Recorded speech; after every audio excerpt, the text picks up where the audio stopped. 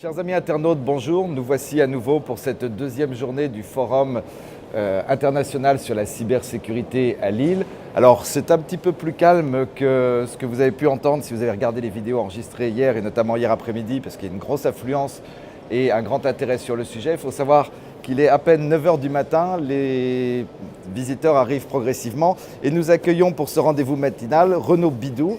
Renaud Bidou qui est directeur technique d'une société qui s'appelle Denial. Bonjour. Bonjour. Alors en quelques mots avant de rentrer dans le sujet, est-ce que vous pouvez nous préciser quel est votre métier chez Denial? Notre métier chez Denial est de protéger les applications web, c'est-à-dire tout ce que vous pouvez voir sur la toile, autant ce qui est visible depuis l'extérieur que ce qui est présent à l'intérieur des entreprises. Alors on va parler avec vous des nouveaux modèles de sécurité, puisqu'en effet les menaces évoluent, on est dans une sorte de course-poursuite infinie. Il y a de nouvelles technologies, de nouveaux usages, et puis il y a cette course continuelle entre les hackers, les cyberattaquants, et puis ceux qui, comme vous, ont pour métier de défendre les systèmes d'information. Avant de préciser, parce qu'on est dans un domaine qui est très technique, Tout à fait. je pense que la difficulté d'ailleurs quand on veut faire de la pédagogie, c'est que dès qu'on s'éloigne un petit peu du côté très technique, on peut passer à côté de pas mal de choses. Alors, on a une audience quand même assez spécialisée de gens qui sont impliqués dans les DSI ou de RSSI et ainsi de suite. Mais tout de même, alors quels sont les grands concepts de base qu'il faut maîtriser ou introduire pour bien comprendre la nature de votre offre aujourd'hui? Si on veut comprendre effectivement les évolutions de la sécurité, il faut maîtriser deux concepts. La sécurité dite positive, tout ce qui n'est pas explicitement autorisé est interdit. Et la sécurité négative, tout ce qui n'est pas explicitement interdit est autorisé. Ce sont deux modèles qui cohabitent depuis 15 ans et qui aujourd'hui trouvent des limites qui font que les moteurs de sécurité actuels sont bien souvent dépassés et on va dire ne sont plus du tout adaptés pour fournir des niveaux de sécurité élevés dont on a besoin dans ce qu'on appelle aujourd'hui les OIV, donc tous les systèmes vitaux d'un pays. Mais alors vous voulez dire quoi? C'est-à-dire qu'il faut que le système de sécurité évolue en permanence en temps réel? Alors ça, on va dire, c'est un fait. De toute façon, comme vous l'avez très bien dit, la sécurité évolue tous les jours. Les attaques évoluent tous les jours, donc il faut être capable de s'adapter. Jusqu'à présent, quelque part, on pouvait garder ces deux modèles, les faire un peu évoluer, rajouter un peu de ceci, un peu de cela. On était à peu près sécurisé. On arrive aujourd'hui à un niveau de rupture. C'est-à-dire que même en essayant de faire évoluer ces modèles, on n'arrive plus à protéger de manière adéquate les systèmes d'information. C'est pour ça qu'il faut repenser complètement la sécurité, trouver une nouvelle approche.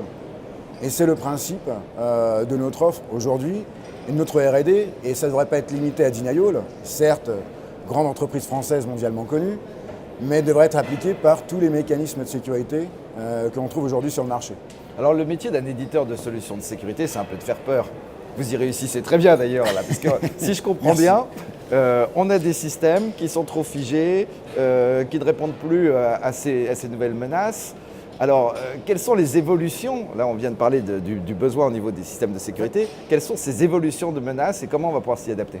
Alors, il y a plusieurs niveaux d'évolution, qu'on appelle d'innovation. Il y a des innovations technologiques. On va s'appuyer sur toutes les nouvelles technologies qui arrivent très très vite. On a eu, on va dire, un phénomène d'adoption autant en termes de langage, de programmation, de protocole de communication. Et on va dire, pour donner quelque chose d'un peu plus concret, aujourd'hui, ce qu'on pourrait appeler des terminaux informatiques.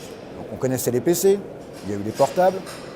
Encore, on va dire quelque chose de relativement commun et d'accepter les tablettes, les smartphones.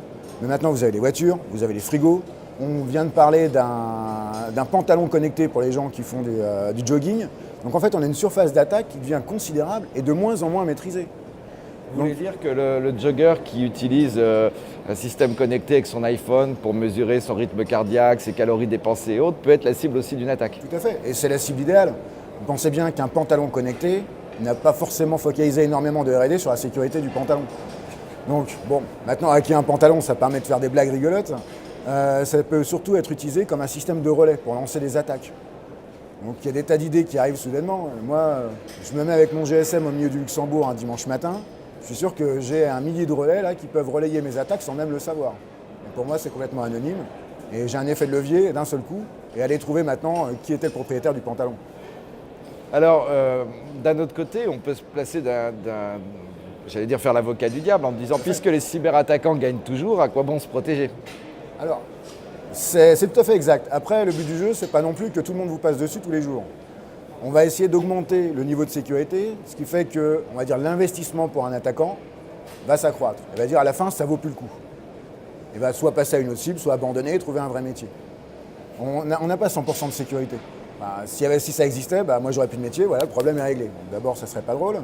Et d'autre part, on peut quand même élever le niveau et rendre l'attaque très complexe. Après, s'il faut avoir le système d'information de la NSA pour réussir à pirater votre frigo, finalement, vous savez que votre frigo dans l'absolu va être sécure parce que ça vaut absolument plus le coup. C'est le principe. Votre clientèle, ce sont essentiellement les entreprises ou... Tout à fait. Les grandes entreprises, essentiellement dans les secteurs sensibles, banque, finance, assurance, énergie, transport, et après, on va dire d'autres marchés. Mais notre cœur de métier, parce que notre excellence en sécurité est reconnue, ce sont ces gens qui sont vraiment sensibilisés, qui ont des vraies problématiques de sécurité. Alors, quels sont les obstacles organisationnels que vous rencontrez? Parce que dans l'entreprise, il y a effectivement, on le voit souvent d'ailleurs, il y a une sorte de rivalité entre des directions opérationnelles et la DSI. Si on fait confiance aux DSI et ceux qui nous regardent le savent, on aurait une politique de sécurité extrêmement restrictive, mais on sait aussi que ce n'est pas forcément possible de la mettre en œuvre. Quels sont tout simplement parce qu'il y a des utilisateurs, on voit aussi, vous parliez des plateformes mobiles, on voit aussi les collaborateurs de l'entreprise qui sont souvent mieux équipés en matériel perso qu'en matériel d'entreprise, d'utiliser leur smartphone, leur tablette ou autre pour accéder au réseau professionnel. Quels sont les grands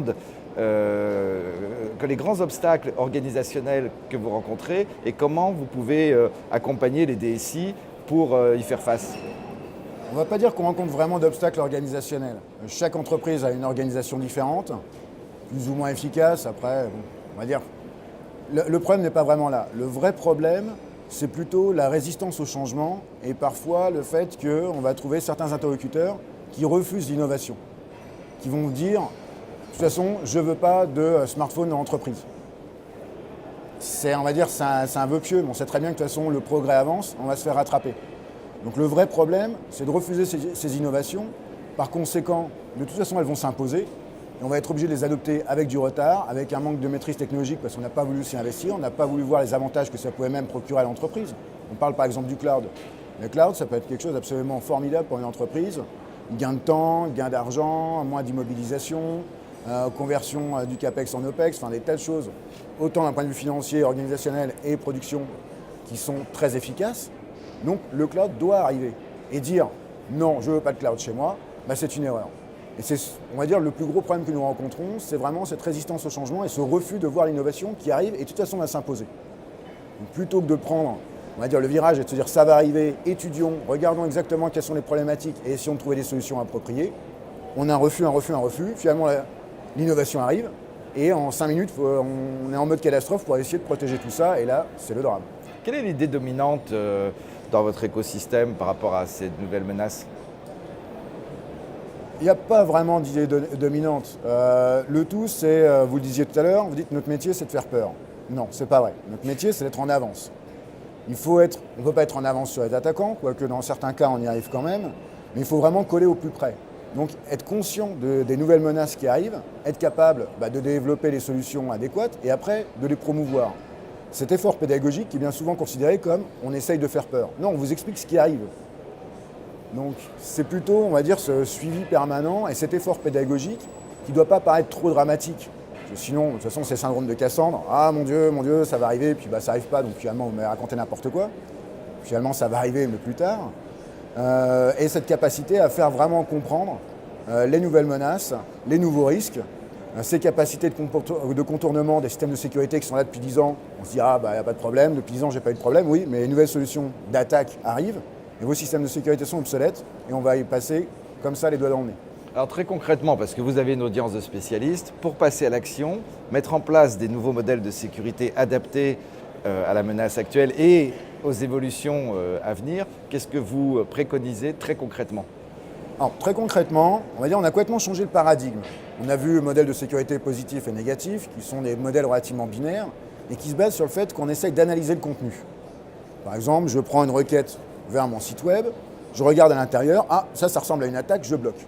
C'est-à-dire qu'on est capable de regarder à l'intérieur, c'est-à-dire qu'on est capable d'identifier que quelque part il y a une attaque qui est bien formée, ce genre de choses. Aujourd'hui, les techniques d'attaque font que tout ça est, on va dire, complètement invisible. Masqué, séparé, différentes techniques d'évasion. Donc en fait, le concept, c'est plus d'essayer de comprendre ce qui passe, mais plutôt d'identifier la nature. Être capable de voir que, tiens, ce contenu-là, que je ne comprends pas, pourrait être utilisé dans tel ou tel type d'attaque. Donc on a de nouveaux moteurs, de l'analyse grammaticale, de l'analyse pondérée, etc., qui sont vraiment en rupture avec les techniques habituelles. Je dis techniques habituelles, c'est ce que vous avez trouvé dans le 99% des systèmes de sécurité aujourd'hui. Et c'est cette nouvelle approche qui nous a demandé quasiment 2 ans de R&D, de validation, etc., qui fait qu'aujourd'hui, on a réussi à sortir un certain nombre de moteurs de sécurité basés sur ce modèle, on va dire dont les résultats aujourd'hui en production sont assez étonnants. Et vous êtes éditeur de solutions. Hier, on avait un débat assez intéressant avec des éditeurs de solutions qui se demandaient si un éditeur de solutions pouvait simplement rester un fournisseur ou s'il devait aussi élargir son activité au partage avec son écosystème de partage de connaissances, de la base de connaissances. Comment vous situez? Moi, j'ai 2 ans de R&D, les autres n'ont rien fait. Tiens, maintenant, je vais partager avec eux. En fait, en tout cas, c'était pas, forcément de partager non plus avec leurs concurrents. Vous avez une logique, j'imagine, de présence et d'interaction avec votre écosystème. Oui, bien entendu. Mais ça, c'est l'euphémisme pour parler d'analyse concurrentielle. On voit ce que font nos concurrents. Après, on appuie sur les éléments qui ne sont pas bons chez eux. On masque ceux qui ne sont pas bons chez nous. Et puis voilà. Non, il n'y en a pas du tout. Vous savez que vous êtes sur un média communautaire. On est forcément un petit peu rebelle. Donc je vais vous mettre à contribution. Tiens, alors, il ne s'agit pas, bien entendu, de faire de l'analyse concurrentielle, mais vous connaissez le modèle de TechTalk TV, des sujets qui sont proposés par la communauté et qui permettent d'interagir. Vous, en tant qu'éditeur de solutions, si vous aviez envie de poursuivre cette discussion ou ces discussions avec des échanges avec la communauté sur des sujets majeurs dans votre domaine de préoccupation sur les nouveaux modèles de sécurité, qu'est-ce que vous pourriez proposer comme sujet?